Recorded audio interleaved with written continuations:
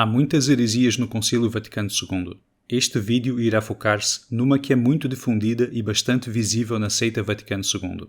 Como o nosso material prova, a seita Vaticano II não é a Igreja Católica, mas a contra-igreja profetizada do fim dos tempos. No número 8 do Decreto do Vaticano II sobre Ecumenismo, lemos, abre aspas, em algumas circunstâncias peculiares, como por ocasião das orações prescritas pro unitate em reuniões ecumênicas, é lícito e até desejável que os católicos se associem aos irmãos separados na oração. Fecha aspas. Esta passagem do Vaticano II apoia os chamados encontros ecumênicos com hereges e cismáticos, tais como os protestantes e os ortodoxos entre aspas orientais, e aprova a oração conjunta com eles em tais encontros. Isto é diretamente contrário ao que a Igreja Católica sempre ensinou, como veremos. Este ensinamento do Vaticano II é maligno e herético. Na sua encíclica de 1928, Mortalium Animos, o Papa Pio XI condenou as ditas reuniões interreligiosas e declarou que a opinião em que se baseiam é equivalente à apostasia. Nesta encíclica, ele também ensinou, abre aspas, assim sendo, veneráveis irmãos, é manifestamente claro que esta Sé Apostólica nunca permitiu aos que lhe são sujeitos participar de reuniões de não-católicos. Fecha aspas. Como podemos ver, a Igreja Católica nunca permitiu que os católicos participassem de reuniões ou assembleias de não-católicos. Assistir ou participar ativamente em culto não-católico é um pecado mortal e uma violação da lei divina. Este princípio do direito divino foi também repetido no Código de Direito Canônico de 1917. O Cânon 1258.1 afirma: não é lícito aos fiéis assistir ativamente ou participar de qualquer forma nos ritos religiosos dos não-católicos. Fecha aspas. É importante compreender por que é que esta atividade é proibida e o que constitui participação ativa em ritos religiosos não católicos. Uma razão primária porque muitos não veem claramente o que representa a crise pós-Vaticano II e o que são os seus falsos líderes, isto é, antipapas heréticos, é que falta-lhes uma fé pura e uma compreensão fundamental dos princípios católicos relevantes.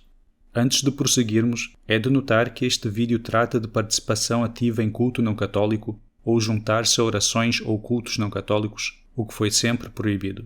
Neste vídeo, não estamos a abordar casamentos mistos, que foram desencorajados mas tolerados ocasionalmente, ou receber um sacramento de um não católico em perigo de morte e coisas semelhantes. Estes tipos de comunicação não constituem uma participação ativa em culto não católico, o que nunca é permitido.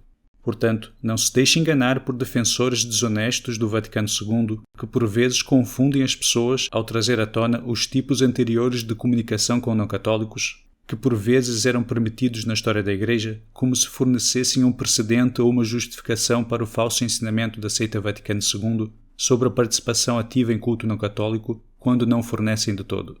Para abordar brevemente os princípios relevantes sobre este assunto, quero citar uma dissertação pré-Vaticano II do canonista Padre Inácio Sal.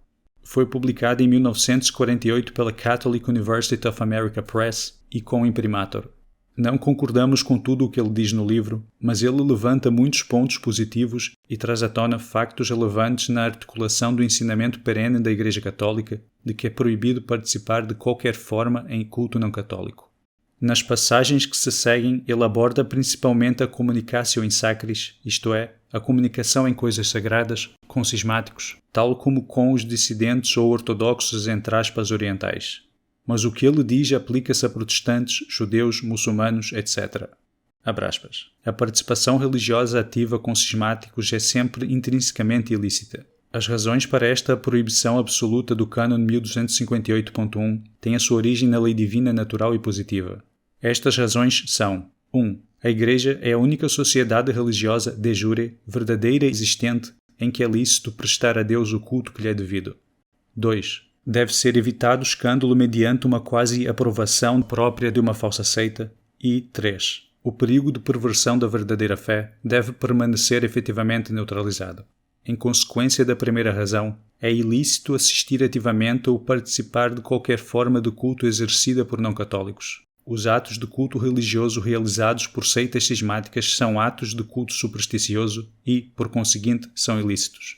Isto decorre da natureza da superstição, que denota ou a adoração de uma falsa divindade ou a adoração ilícita da verdadeira divindade. Os ministros não estão autorizados a realizar ritos sagrados. Todos os tipos de comunicação religiosa ativa com não-católicos são gravemente ilícitos. Do mesmo modo como uma pessoa seria proibida de professar abertamente a sua crença numa falsa seita, assim também é proibida de obrar atos que tenham um significado religioso e que sejam empregues nas funções religiosas sagradas de uma falsa seita. Fecha aspas. Como podemos ver, várias razões tornam a assistência ativa em culto não católico gravemente ilícita. Esta comunicação religiosa ativa é contrária à lei divina e equivale a uma falsa profissão de fé, pois une a pessoa a um culto supersticioso ou ilícito. Dá a falsa impressão de que o não católico é aprovado na realização do culto ilícito ou falso e quase sempre envolve o pecado adicional de escândalo. Com estes pontos em mente, uma pessoa atenta deve reconhecer imediatamente o que isto significa para a seita Vaticano II e para o seu falso ecumenismo desenfreado. Para ilustrar como isto é grave, de acordo com o Cânone 2316 do Código de Direito Canônico de 1917, envolver-se em apenas um desses atos de participação ativa com hereges ou ajudar conscientemente a propagação de heresia faz com que a pessoa se torne formalmente suspeita de heresia e se essa pessoa fosse ignorar as advertências no prazo de 6 meses, seria considerada uma herege. Mas uma pessoa não tem de receber ou ignorar avisos canônicos para se tornar um herege notório sobre este ou outros pontos. Se uma pessoa se envolve repetidamente em culto não católico contra o ensinamento católico e endossa tal atividade através de ações repetidas e ou do seu ensinamento público, como fazem os representantes da seita Vaticano II, essa pessoa é um herege notório de fato. A lei da Igreja Católica sobre esta matéria diz respeito a atos públicos de culto não católico e é isso que estamos a discutir neste vídeo. Seguimos com alguns exemplos específicos do que constitui participação ativa em culto não católico. Quando os não católicos realizam orações ou adoração pública, as seguintes coisas, entre outras, constituem uma participação ativa condenada: unir-se a eles em orações, abençoá-los ou dar-lhes bênçãos conjuntas, responder às suas orações, cantar com eles ou cantar alternadamente com eles, dar-lhes objetos tais como velas, etc., que usam para adoração ou receber objetos semelhantes deles, tocar órgão ou um instrumento musical para sua adoração, participar nas suas leituras das Escrituras, levar íconos para o seu culto ou local de adoração, queimar lâmpadas durante o seu culto ou local de adoração e muitas coisas semelhantes. Todas estas coisas foram condenadas pela Igreja. Há tantas respostas de congregações romanas que proíbem todas estas atividades que, se fôssemos citá-las todas, este vídeo tornar-se-ia muito longo. Vou simplesmente citar algumas passagens do Padre Inácio Sal sobre algumas destas declarações para que as pessoas tenham uma ideia de como foi condenada a participação ativa em orações ou cultos não católicos. Abre aspas. Nos Atos da Sagrada Congregação para a Propagação da Fé, de 1769, encontra-se também uma exortação que apela aos bispos a proibir os seus sacerdotes e os fiéis de comunicarem com os cismáticos nas suas orações. A exortação afirmava que esta proibição tinha sido decretada por todos os concílios sagrados. De acordo com a declaração do Santo Ofício de 7 de agosto de 1704, era proibido aos católicos estarem presentes nas missas e orações públicas oficiais dos cismáticos, mesmo quando as orações não continham nada que fosse contrário à fé ou que se opusesse ao rito católico. Em 5 de dezembro de 1668, o Santo Ofício instruiu o bispo de Trebinha a ordenar os católicos a ele sujeitos que não fossem à missa ou a outros ofícios divinos nas igrejas dos cismáticos e a avisá-los de que não estavam vinculados por preceito de ouvir missa quando não houvesse celebração de uma missa católica. De acordo com a resposta do Santo Ofício datada de 13 de janeiro de 1818, entrar nas igrejas dos hereges tornava-se algo maligno, abre aspas, 1. Se alguém entrou com a intenção de assistir aos ritos heréticos. 2. Se a sua entrada implicou de facto ou até aparentemente envolveu uma comunicatio in divinis com hereges e, portanto, ofereceu uma ocasião de escândalo. Fecha aspas.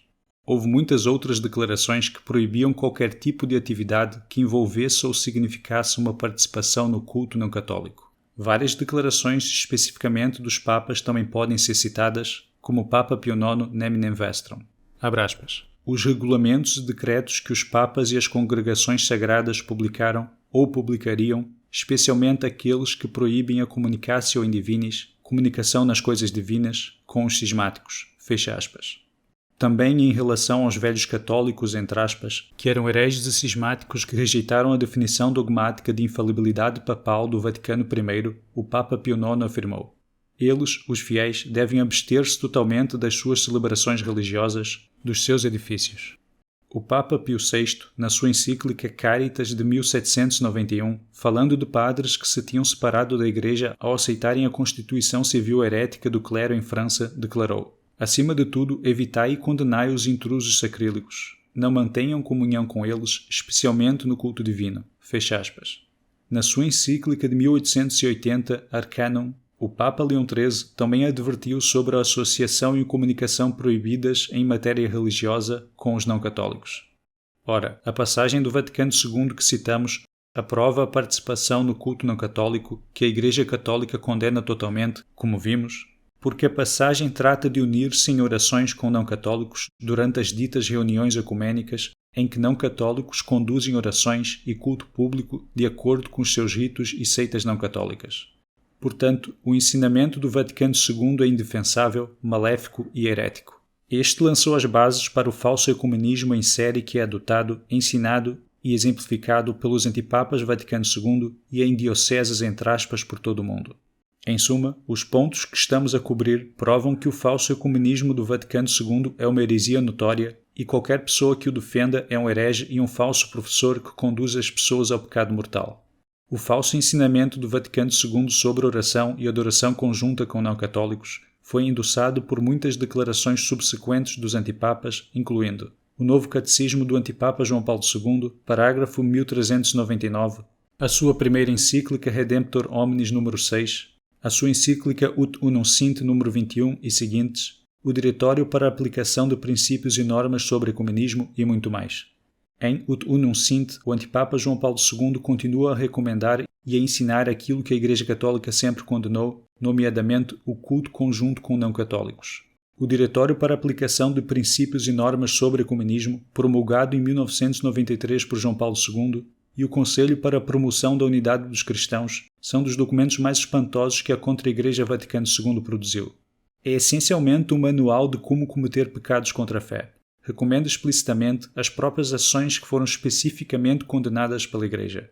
No número 118, o Diretório diz que os católicos que frequentam igrejas não católicas são encorajados a participar nos salmos, responsos, hinos e gestos comuns da Igreja que os convidou. Como já vimos, isto é condenado pelo ensinamento católico. No número 50C, encoraja os religiosos católicos a organizar encontros entre protestantes de diferentes igrejas para orações litúrgicas, recolações e exercícios espirituais. Isto é condenado pelo ensinamento católico. Há muitas outras coisas que poderíamos citar, inclusive como o Diretório desencoraja os católicos de fazerem proselitismo aos não-católicos. Relativamente a este diretório de pecado notoriamente herético, João Paulo II afirmou em Ut Unum Sint, o Diretório para a Aplicação dos Princípios e Normas sobre Ecumenismo, publicado com a minha aprovação pelo Concílio Pontifício para a Promoção da Unidade dos Cristãos. Este diretório herético sobre ecumenismo, aprovado pelo Antipapa João Paulo II e pelo Conselho para a Promoção da Unidade dos Cristãos, também deixa claro que está a implementar o ensinamento e os princípios do Concílio Vaticano II.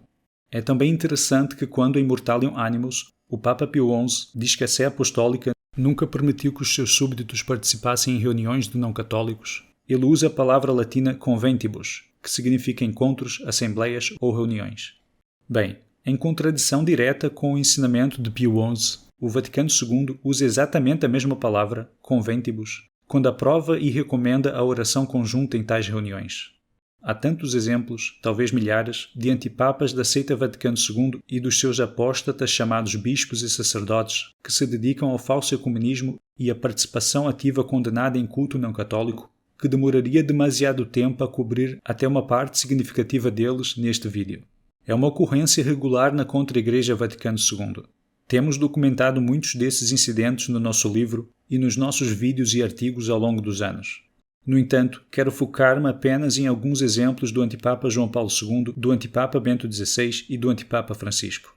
Encontrará muito mais sobre cada um dos antipapas no nosso material. Em 1982, João Paulo II participou num serviço conjunto com o arcebispo anglicano de Cantuária, na Catedral de Cantuária. Ele e o notoriamente herege anglicano rezaram juntos no altar e atenderam uma bênção conjunta entre aspas. Isto é um pecado mortal público e uma expressão de heresia. Em 1999, João Paulo II foi à Roménia e participou ativamente na liturgia ortodoxa entre aspas com Teoctiste. Trata-se de um pecado mortal e de uma expressão de heresia. Encontrou-se em várias ocasiões com Teoctiste e assinou com ele uma declaração conjunta. Em 1999, Teoctiste revelou também que João Paulo II fez-lhe uma doação para a construção de uma catedral que acabou por se cifrar em $100.000. Em 2018, Francisco fez algo semelhante, contribuindo com 100 mil euros para o primeiro mosteiro ortodoxo na Áustria. Curiosamente, em 29 de janeiro de 1828, a Sagrada Congregação para a Propagação da Fé declarou ilícita a concessão de esmolas a uma igreja cismática. Em 1983, João Paulo II foi a uma igreja luterana para comemorar o aniversário dos 500 anos do nascimento do herege Martinho Lutero. Enquanto lá, ele e o pastor, entre aspas, luterano, rezaram juntos diante do altar, abençoaram, entre aspas, a congregação simultaneamente e juntos entoaram um credo. Isto é um pecado mortal público e uma expressão de heresia. Poderíamos continuar com outros exemplos de participação ativa por parte de João Paulo II em culto não católico no que diz respeito aos hereges e cismáticos, mas fê-lo também com pagãos, judeus e muçulmanos. Em 13 de abril de 1986, João Paulo II foi à sinagoga romana, participou ativamente na cerimônia judaica e inclinou a cabeça enquanto os judeus rezavam pela vinda do seu Messias, entre aspas. E isso é um ato de apostasia. Curiosamente, São Tomás de Aquino disse que se alguém venerasse o túmulo de Maomé, seria considerado um apóstata. Isso porque tomar parte de formas não católicas de adoração equivale a uma profissão de fé nessas falsas religiões, como já abordamos. João Paulo II e vários antipapas do Vaticano II cometeram regularmente atos de apostasia deste tipo. Lembre-se, heresia e apostasia podem ser manifestadas tanto por atos como por palavras. João Paulo II recebia frequentemente bênçãos entre aspas de pagãos. A 8 de agosto de 1985, João Paulo II rezou com animistas africanos, feiticeiros. E isso é apostasia. Em África, a 4 de fevereiro de 1993, jovens cantoras trataram João Paulo II com uma dança voodoo indutora de transe. João Paulo II também organizou os eventos de Assis e tomou parte ativa neles. Ao organizar os eventos de Assis, e pela sua participação ativa nos mesmos, João Paulo II juntou-se efetivamente ao falso culto de todas as diferentes religiões em Assis. Foi um pecado mortal público da mais alta ordem e uma expressão de apostasia. A carreira de João Paulo II foi caracterizada pelo indiferentismo e pela participação em falsas formas de culto. Claro, tal herege público e pecador mortal público não poderia ser um Papa católico, quanto mais um santo. Essa é uma razão pela qual a veneração da sua imagem através da sua canonização inválida e falsa é mencionada no Apocalipse como o nosso material cobre. Quando membros enganados da contra-igreja do Vaticano II aceitam o notoriamente malvado apóstata João Paulo II como um santo, um homem cuja carreira foi caracterizada pelo indiferentismo, pecados mortais públicos contra a fé e participação em falsos cultos religiosos, eles tornam-se implicados nos seus pecados. Comentadores online e outros que consideram João Paulo II como um santo são ignorantes, enganados e estão no caminho para o inferno. Pope St. John Paul II. Pope St. John Paul the Great. St. John Paul. St. John Paul. I'm not questioning his personal holiness. St. John Paul II. St. John Paul II. Of course, St. John Paul II. It's a term given to these teachings of St. John Paul the Great. Two of the great saints of our times are St. Padre Pio and St. John Paul II. Pope St. John Paul II. Poderíamos cobrir muito mais sobre o antipapa João Paulo II, mas passemos para Bento XVI.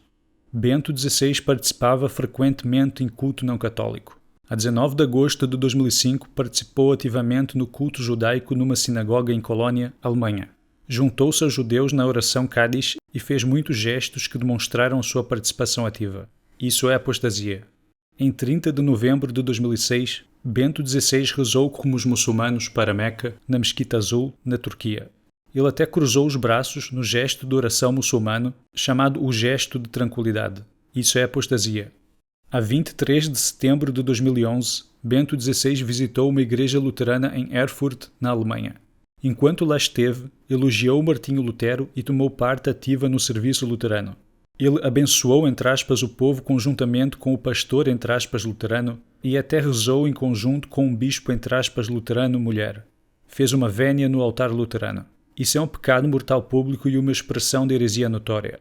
A 17 de setembro de 2010, Bento XVI participou no serviço anglicano na abadia de Westminster com o arcebispo, entre aspas, anglicano pró-homossexual Rowan Williams. fizeram procissão juntos para a Igreja Protestante, rezaram juntos e deram uma bênção conjunta. Isto é uma manifestação de uma falsa religião. Bento XVI realizou o seu próprio abominável evento de Assis em 2011. Não só participou ativamente nesse evento de apostasia, mas, como anfitrião e organizador, juntou-se assim à falsa adoração de todos os pagãos, hereges, etc., que realizaram falsa adoração nesse evento. Poderíamos dar muitos outros exemplos de participação mortalmente pecaminosa em falso culto por parte de Bento XVI. Não é apenas algo que ele fez frequentemente, é algo que ele aprovou explicitamente com as suas palavras. A 18 de janeiro de 2008, num discurso a uma delegação ecumênica finlandesa, Bento XVI louvou a oração conjunta entre luteranos e católicos, entre aspas, e declarou que esta é a porta real do ecumenismo. Assim, a atividade que a Igreja Católica sempre condenou como gravemente pecaminosa, Bento XVI diz ser o caminho a seguir. Ele é um herege notório. Os falsos tradicionalistas que pensam que o herege notório Bento XVI era conservador ou que é o verdadeiro Papa estão muito enganados. Ele era um antipapa apóstata. Para mais sobre ele, veja o nosso vídeo As Heresias de Bento XVI e os nossos artigos sobre as suas heresias, baseados em pesquisa de 30 dos seus livros e de todos os seus discursos. O apóstata antipapa Francisco participa frequentemente em falso culto não católico. A 29 de novembro de 2014, Francisco rezou juntamente com o mufti na Mesquita Azul de Istambul. Isto é apostasia. A 17 de janeiro de 2016, foi à sinagoga em Roma, participou ativamente em culto judaico, proferiu várias coisas heréticas e disse: rezemos juntos ao Senhor. Isto é apostasia. Poderíamos dar muitos outros exemplos do antipapa Francisco a participar em falsa adoração de pagãos, judeus, protestantes e ortodoxos entre aspas cismáticos. Para além das suas ações, Francisco elogia a oração conjunta com não-católicos e mencionou explicitamente, de uma forma provadora, a oração interreligiosa. A sua posição sobre este assunto, que contradiz o que a Igreja Católica ensina, prova-se como herética pelas suas palavras e pelos seus atos. O fato de os antipapas Vaticano II se envolverem repetidamente neste comportamento e ensinarem que ele é bom, prova sem qualquer dúvida que são hereges notórios. Esta atividade pecaminosa também é praticada por muitos bispos entre aspas apóstatas da seita Vaticano II. Dito de modo simples, o falso ecumenismo é uma heresia gigantesca que equivale a negar o dogma de que a Igreja Católica é a única verdadeira Igreja de Jesus Cristo, que é necessária para a salvação, e que as religiões não católicas são falsas e pecaminosas e conduzem à condenação. Esta heresia, de que é bom participar em culto não católico, foi ensinada diretamente no Vaticano II, como provamos neste vídeo. Deve também notar-se que a verdade divinamente revelada que é negada pelos ensinamentos do Vaticano II sobre oração e adoração conjunta com não-católicos se encontra em 2 João capítulo 1, versículos 10 e 11, que afirma, abre aspas, se alguém vem a vós e não traz esta doutrina, não o recebais em vossa casa, nem o saudeis, porque quem o saúda participa das suas obras más. Fecha aspas. Esta passagem foi citada pela Igreja no contexto da condenação de qualquer participação em reuniões ou assembleias não católicas. Daí que o ensinamento maléfico do Vaticano II seja, propriamente dito, herético. Nega a verdade divinamente revelada de 2 João, capítulo 1, versículos 10 e 11. Ensina, em oposição à Escritura, que é bom e desejável participar nas obras perversas e na adoração ilícita ou falsa de hereges e cismáticos. Uma vez que o falso ecumenismo da seita Vaticano II vem do Vaticano II, como temos demonstrado, qualquer pessoa que defenda obstinadamente o Vaticano II é um fornicador espiritual e um herege. Todos os grupos não sedevacantistas sob os antipapas Vaticano II, como a Fraternidade de São Pedro, são compostos por impostores. Se de facto possuíssem e representassem a fé católica, rejeitariam esta heresia mortalmente pecaminosa e os antipapas heréticos que a promovem. Eles não têm amor por Deus. Perante estes factos, algumas pessoas infiéis que afirmam ser católicas dirão: se eu aceitasse isso, teria de rejeitar o catolicismo. Não, estão enganados e não têm fé alguma. A Igreja Católica é a única igreja verdadeira e toda esta situação em Roma foi profetizada. Os homens que lançaram esta apostasia foram antipapas heréticos, de acordo com o ensinamento católico. Eles nunca assumiram validamente o cargo papal, como o nosso material prova, porque um herege é impedido por lei divina de se tornar papa. O que estes factos provam é que a seita Vaticano II não é a Igreja Católica e que os seus líderes têm sido antipapas. A seita Vaticano II é de facto a prostituta profetizada da Babilônia. Cumpre a profecia sobre a prostituta da Babilônia e a besta de muitas maneiras específicas. Veja o nosso vídeo Apocalipse agora no Vaticano. O falso ecumenismo que expusemos neste vídeo é uma das razões pelas quais a prostituta da Babilônia é chamada a mãe das fornicações. O falso ecumenismo é o meio pelo qual as pessoas são implicadas em pecados contra a fé, como parte do engano do fim dos tempos. Mesmo que não se envolva diretamente no falso ecumenismo, se aceitar os antipapas Vaticano II e as suas falsas canonizações, você está implicado no mesmo. A verdadeira Igreja Católica ainda existe num remanescente fiel, e para ser um verdadeiro católico e salvar a sua alma, precisa de ser um católico tradicional que rejeita a seita apóstata do Vaticano II e o falso Concílio Vaticano II.